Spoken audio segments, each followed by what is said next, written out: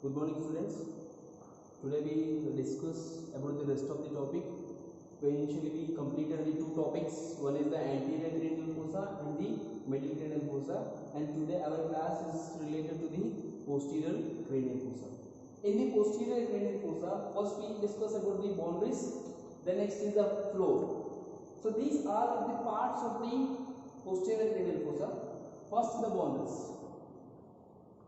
The boundaries of the cranial fossa, posterior cranial fossa, anteriorly it is bounded by the superior border of the petrous part of temporal bone, and along with the posterior clinoid processes. These are the bony projections. The next, dorsum sellae. Again we have the posterior clinoid process and superior border of the petrous part of temporal bone. So this is the anterior margin, means anterior bone, and posterior side. So this is the posterior. The posteriorly it is bounded by the only one bone, that is the squamous part of the occipital bone. This one. And lateral side. When this is the lateral and this side also is the lateral. Laterally it is formed by this lateral boundary formed by the two bones. One bone here,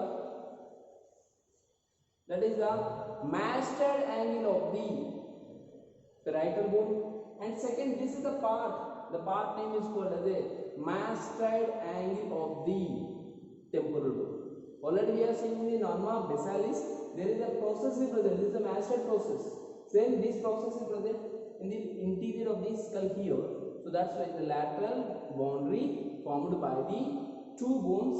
One is the masted part of the parietal bone, and second is the masted part of the temporal bone. So anterior border, posterior border, and both are the lateral borders.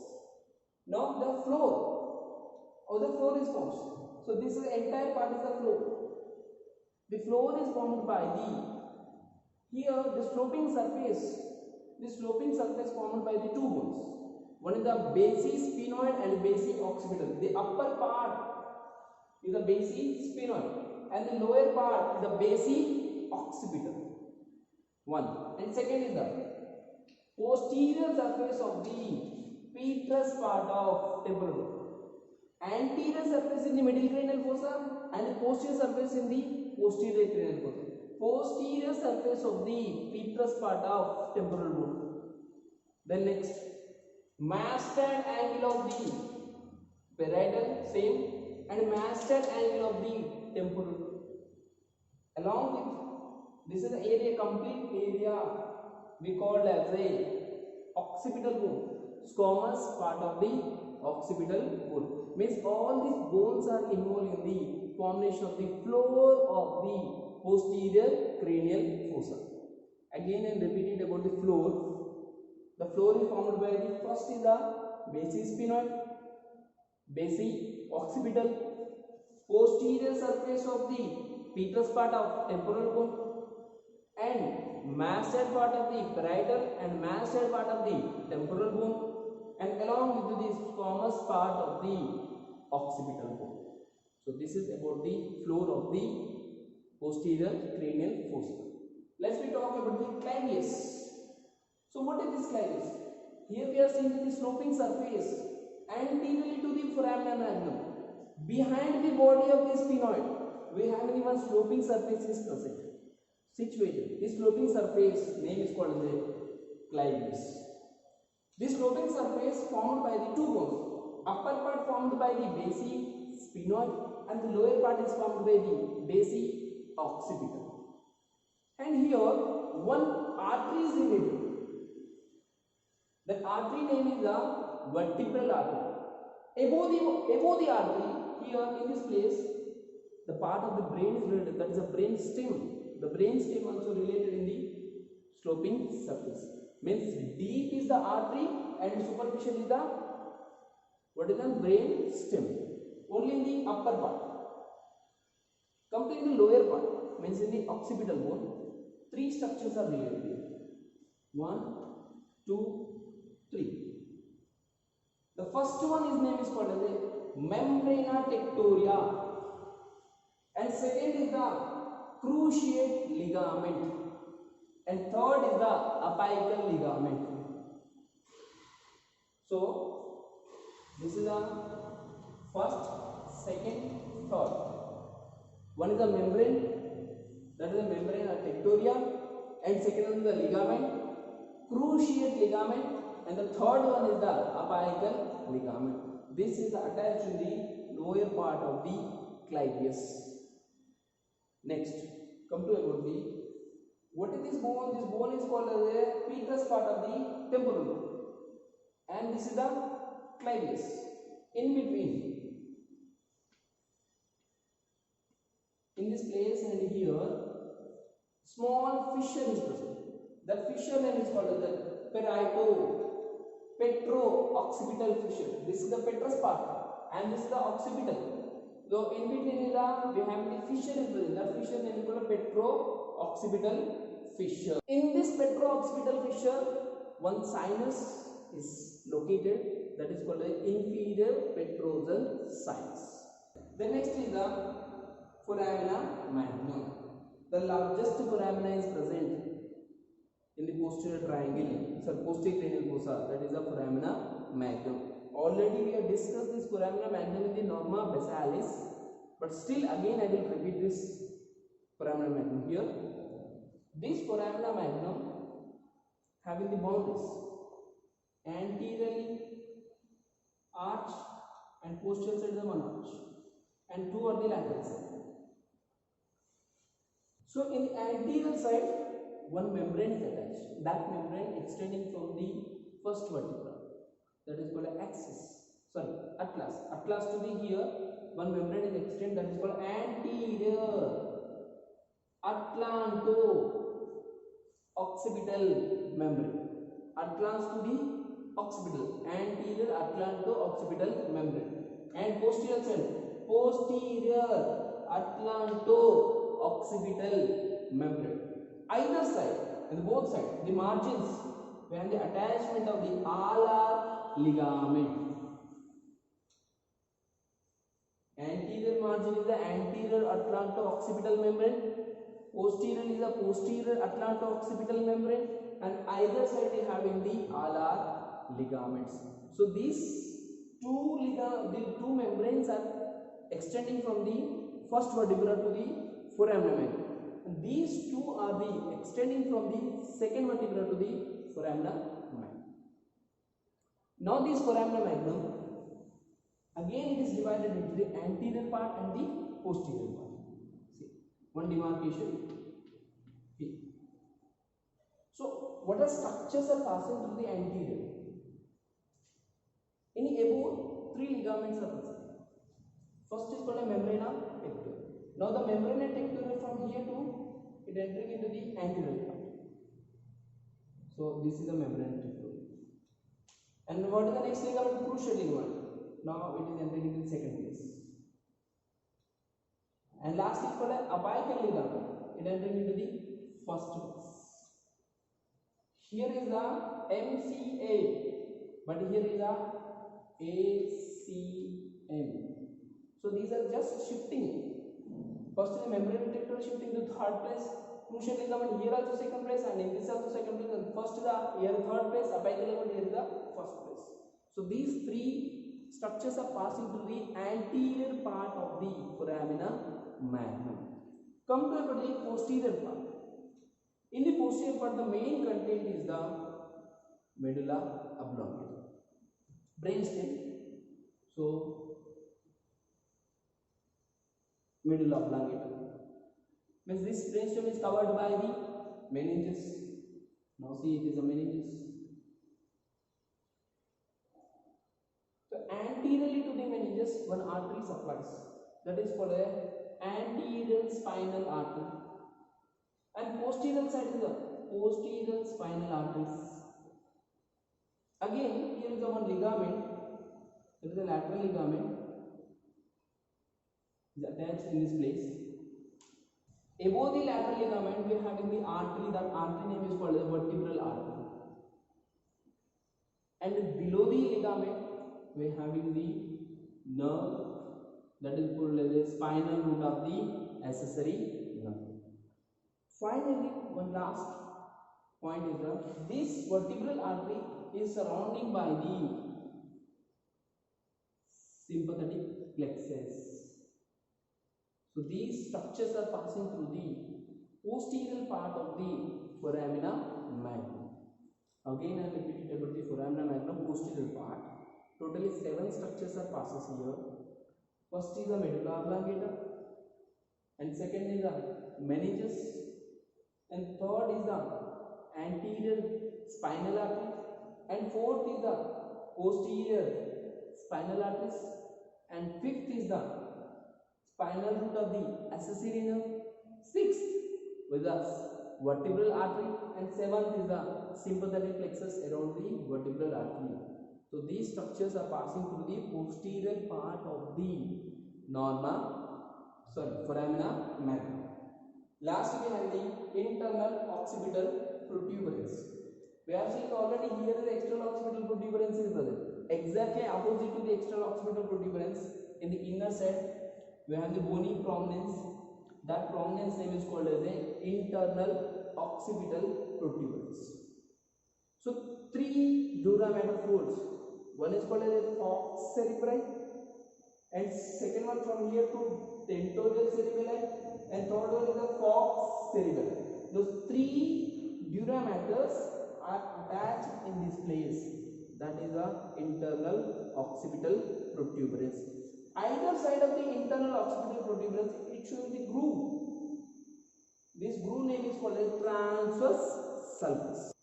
After we completing the internal occipital protuberance, then next is the from the internal occipital protuberance to the foramina magnum, one bony ridge is present. That bony crust name is called as a internal occipital crust.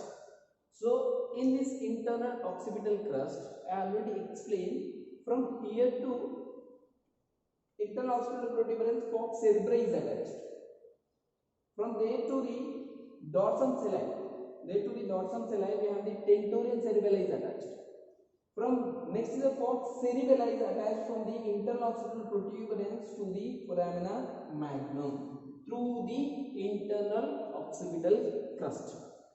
Either side of this crust, here showing the fossas. These fossa name we called as, these fossas were the falx cerebellar hemispheres. Cerebellar hemispheres.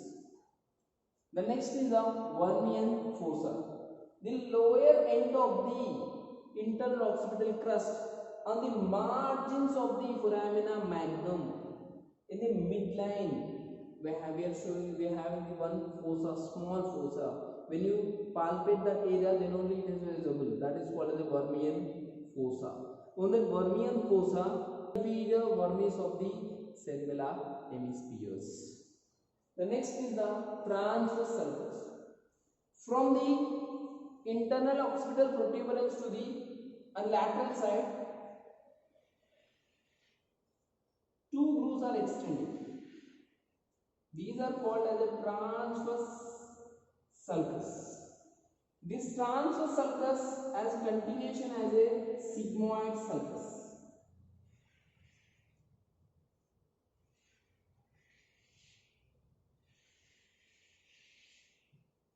So from internal occipital protuberance to from this angle, this area name is called a transverse sulcus. The transverse sulcus having the 2 lips. One is called the upper lip and the lower lip. So, sir, what is the use of these lips? When the tentorium cerebellum is attached from in this place and in this place. From this place to these are attached to the superior border of the petrous part of the temporal bone and the dorsum celli, again superior border of the petrous part of the temporal bone.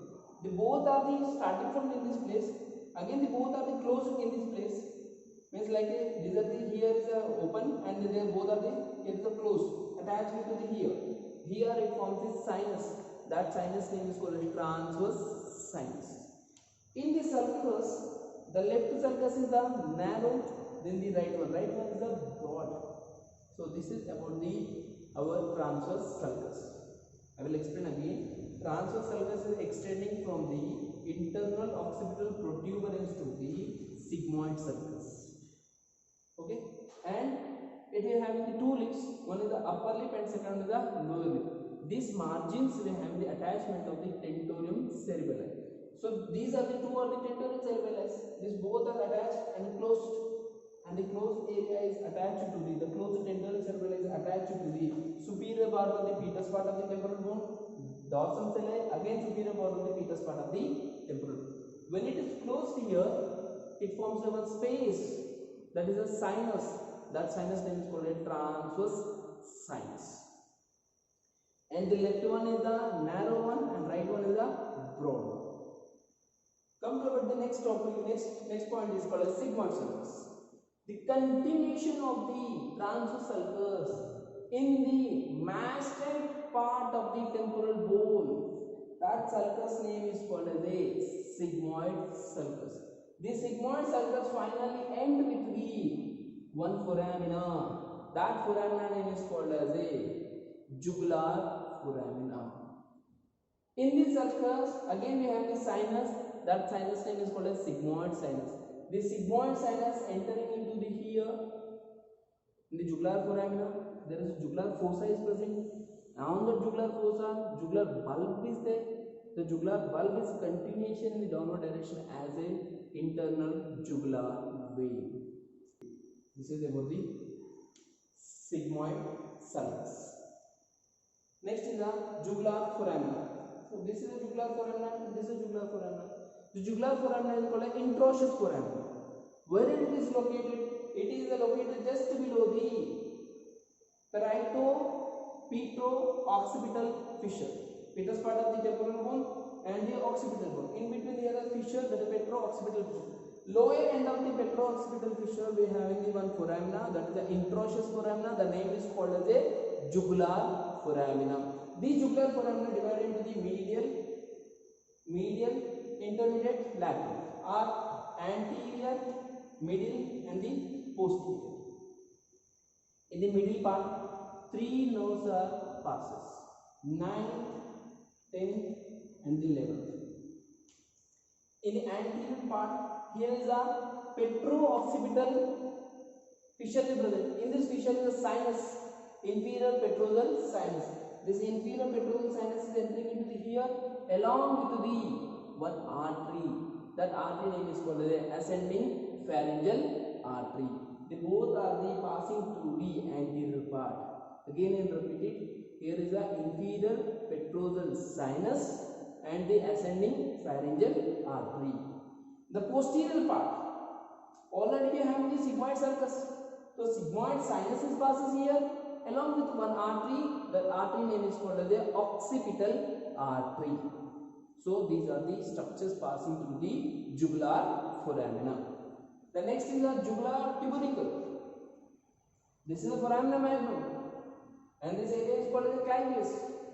So in this place, one bony tubercle, small bony tubercle is present medially to the jugular foramina. That tubercle name is called as jugular tubercle. So why we call it as a jugular tubercle? From the brainstem to the 9th, 10th, 11th, the cranial nerves are the arises. Those are passing above the jugular foramina, so jugular tubercle, and entering into the jugular foramina. For that purpose, here is a small notch is created. That notch for the 9th, 10th, 11th cranial nerves are passes above the jugular tubercle and entering into the middle part of the jugular foramina. That is about the jugular tubercle. And next is called a hypoglossal canal. So what is this hypoglossal canal? Are the margins of the foramina magnum. You can see in the normal basalis occipital condyles are present. So medially to the occipital condyles, one small canal is present. Or you can see in the margins of the foramina magnum, a small canal is present. That canal name is called as the hypoglossal canal in this area.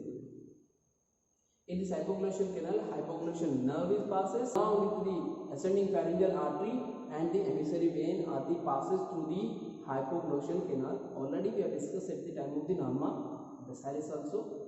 Next foramina is the next canal is the condylar canal. It's an inconstant canal. So means it is not always present. If it is present, it is present posteriorly to the hypoglossal canal in this place.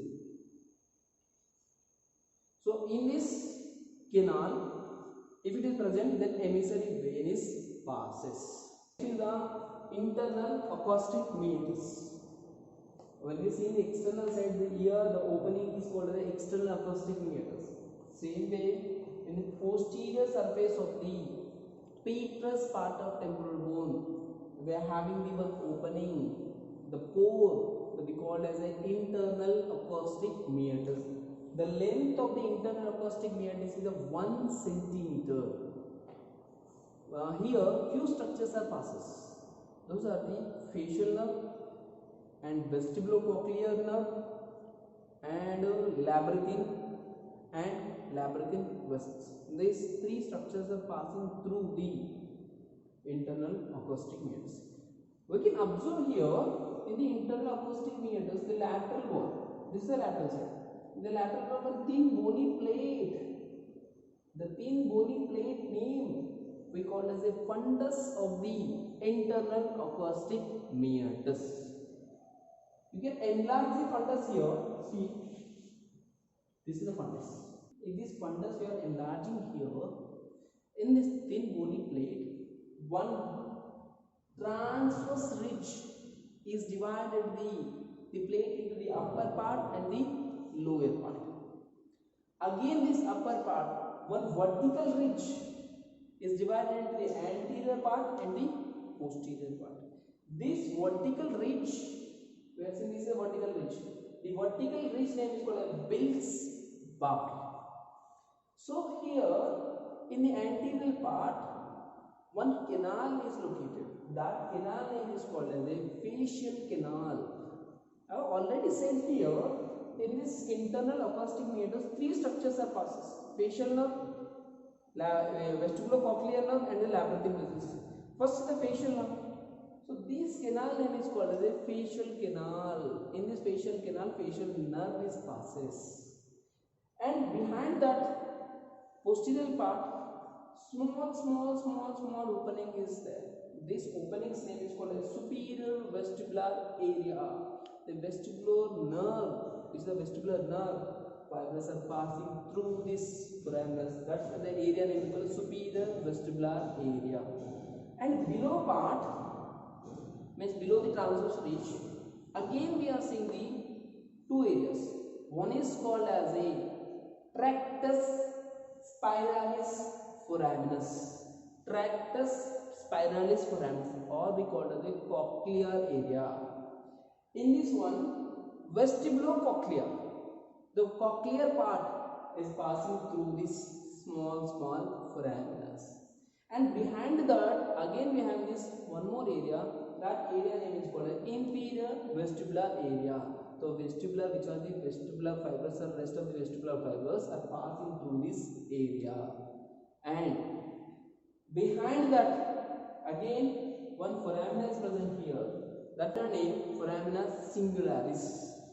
So in this also few of the nerve fibers are passes. So supplies to the semicircular ducts. So here aqueduct of the vestibule. Below and behind the internal acoustic meatus, we are seeing one slit. That slit name is called as a aqueduct of the vestibule. And next is called as a subarcuate fossa. In this place, the arcuate eminences is present. So between the internal acoustic meatus and aqueduct of the vestibule, this area, it's showing the fossa. That fossa name is called as a subarcuate fossa. Here is a dura mater is attached. Today we are seeing the practically about the posterior cranial fossa. The posterior cranial fossa is the largest and deepest part of the cranial fossas. In this, we have the two cerebellum. Cerebellum is and the medulla are located in these fossas. Boundaries of the posterior cranial fossa anteriorly by the superior border of the petrous part of the temporal bone and the dorsum sali, and the posterior clinoid processes.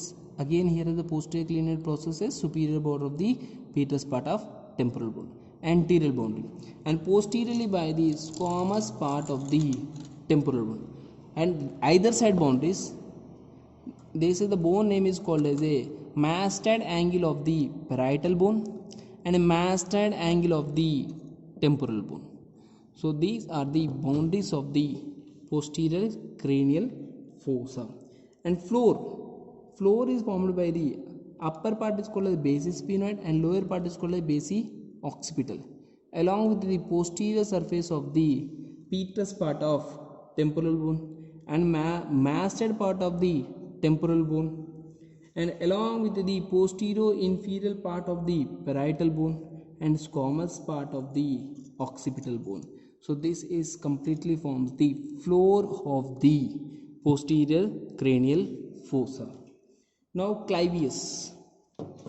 The sloping surface name is called as a clivus. Again the clivus divided into the upper part and the lower part. The upper part is formed by the body of the sphenoid and lower part is formed by the occipital bone. In this part, one artery is related. The artery's name is called vertebral artery. Above the vertebral artery means here is the artery, and above the vertebral artery in this place the brain stem is related.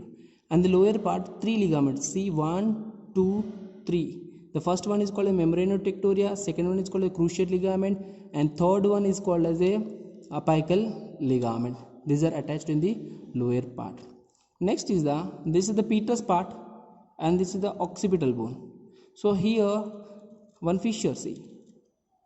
This fissure name is called a petro-occipital fissure. In this petro-occipital fissure, inferior petrosal sinus is passes. Now the largest foramina, the name we call as a foramina magnum. It is present in the posterior cranial fossa. Again it is divided into the anterior part and the posterior part. Already we have discussed about this foramina magnum in the practical in the norma facialis. Same structures are passing through the here also. Next is this name is called the internal occipital protuberance. It is exactly opposite to the external occipital protuberance. So this internal occipital protuberance, dural venous sinuses all are the related here, and each side we have the groove. See, this is the groove. This groove name we call as a transverse sulcus. Now, one crust is midline crust extending from the internal occipital protuberance to the foramina magnum. This name is called as the internal occipital crust. Here is a fox cerebella is attached. Either side of the crust showing the depressions. These depressions for the cerebellar hemispheres. Now the lower end of the internal occipital crust, in this place here, when you touch with your fingers, there is one small fossa is present. That fossa name is called as a Vermian fossa. In this Vermian fossa, inferior vermis of the cerebellum is attached. Next is the transverse sulcus. This is the internal occipital protuberance. From the lateral side to the internal occipital protuberance, we are having the groove. That groove name is called transverse sulcus. The transverse sulcus reach to the masted part of the temporal bone, continuation as a sigmoid sulcus. And these transverse sulcus having the upper lip and the lower lip. These upper and lower lip, the tentorium cerebelli is attached here, and this groove for the transverse sinus, and the left transverse sinus is smaller than the right one. Next is the sigmoid sulcus. See here, this is a sigmoid sulcus, and this sigmoid sulcus continuation part of the transverse sulcus. It is present in the masted part of the temporal bone and reach to the jugular foramina. Reach to the jugular foramina. So in this sigmoid sulcus, sigmoid sinus is present. The sigmoid sinus is opening into the jugular foramina. On the jugular foramina, jugular fossa, bulb. The jugular bulb is continuation as a vein. The vein name is called the internal jugular vein. Now we talk about the foramina. This foramina is called jugular foramina, Again, the jugular foramina is divided into the three parts: anterior part, middle part, and the posterior part. In the anterior part, here is a sinus. That sinus called the inferior pectoral sinus, along with the ascending pharyngeal arteries enters here. In the middle part, we have in the 9th, 10th, 11th cranial nerves are enter, and the posterior part we have in the sigmoid sinus along with the occipital artery. The both structures are entering into the jugular foramina. And see, immediately to the jugular foramina, there is a one bony elevation. That elevation name is called the jugular tubercle. Above the jugular tubercle, there is a one notch. The notch for the 9th, 10th and the 11th cranial nerves. This cranial nerves travel through this notch and entering into the middle part of the jugular foramina. The next is the hypoglossal canal. See, this is hypoglossal canal. And the margins of the foramina magnum are just behind the jugular foramina. One canal, that canal name is called a hypoglossal canal. In this hypoglossal canal, hypoglossal nerve, meningeal branch of the ascending pharyngeal artery and emissary vein are the passes. In some time behind the hypoglossal canal, another canal is present. It is an inconstant canal. That canal name is called the condylar canal. We can see here, this is the condylar canal and this is the hypoglossal canal. Okay, if this canal is opening into the here, this side is the hypoglossal canal is there, and this is also hypoglossal canal, and there is a no condylar canals. The condylar canals are inconstant canals. If it is there, then the emissary vein is passes.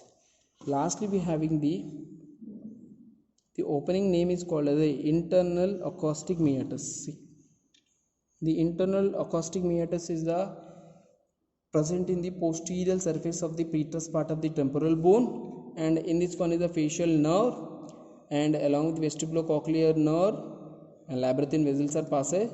Below this part, here this slit name is called a aqueduct of the vestibule. Between the aqueduct of the vestibule and the slit, there is a space. The depression name is called as a subarcuate fossa. This is called a subarcuate fossa.